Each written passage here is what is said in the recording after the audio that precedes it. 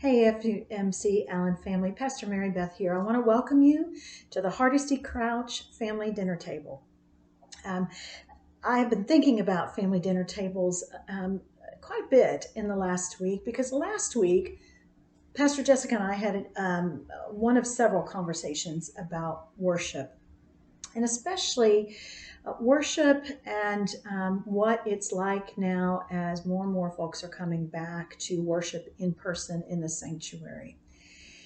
And Pastor Jessica said an interesting thing to me. She said, corporate worship is a lot like the family dinner table. So I love our family dinner table. For one thing, because you can't see this, but I can look out from the table and see our backyard whenever we are sitting here at the table together. And all four of us are not at the dinner table together every evening. But when we are, I really enjoy it because I love the conversations that we have. We talk about what happened at school that day. We talk about what happened at work that day. We tell funny stories, and we will also talk about what's going on in the world, particularly the teenager and the two parents.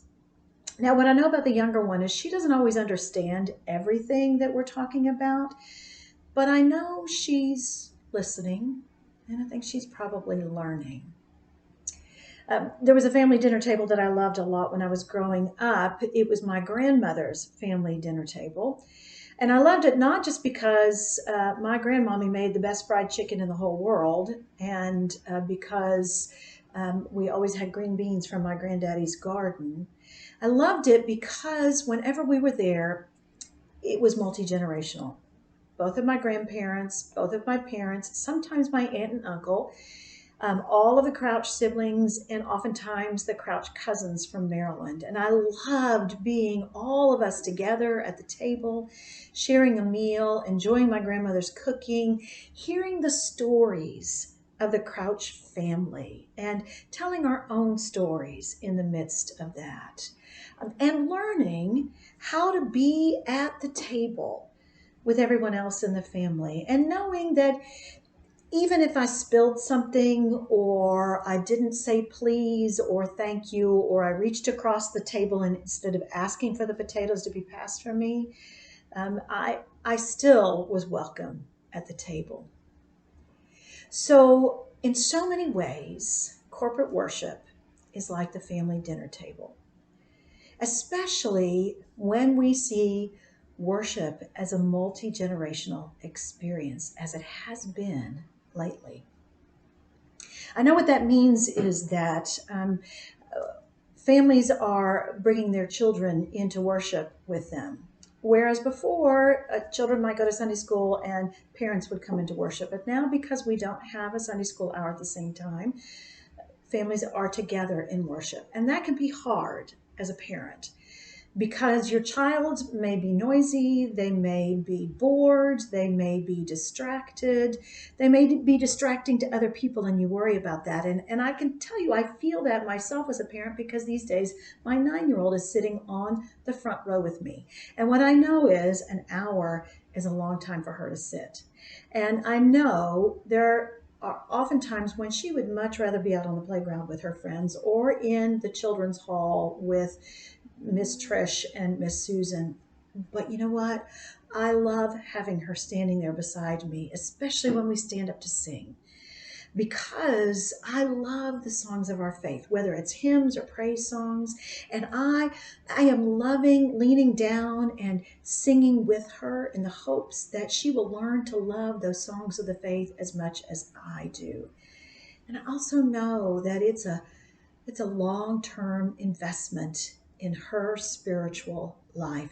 And what I know about our church is that all of us are wanting to invest long-term in the spiritual lives of all ages, children, youth, and adults, as we come together to worship together. Now, we've been getting questions asking, when are we going to go back to the Sunday morning schedule that we had pre-COVID, which some of you may recall was 3 worship services back to back, 8, 9:30, and 11 o'clock, and 2 Sunday school hours, so that some families had the children go to Sunday school and the parents went to worship for 1 hour. Let me tell you where we are right now. Since Easter, which is when we began to see more and more people coming back in person for worship, our average in-person attendance is about 50% of what it was pre-COVID. And the last couple of weeks, that's felt particularly full because we have kept our social distancing protocols in place with every other pew being closed. Well, if you come to worship this Sunday in person, you'll notice that the ribbons are gone. Every pew is open. And so we have a lot of room to grow our in-person worship attendance. And so we'll be watching that over the next several months to see how that grows and how we fill in that space. We have a wonderful large sanctuary with a lot of room to grow, and I'm grateful for that. We are blessed to have a space where all generations can come to worship together, to be in this family space together. And the good news is, when we all come together in this way, when we worship together, we learn together, we grow together, we grow closer to God together, and the power of worship can transform us as we seek to transform this world. I'm praying for you. I hope you're praying for me. Shalom.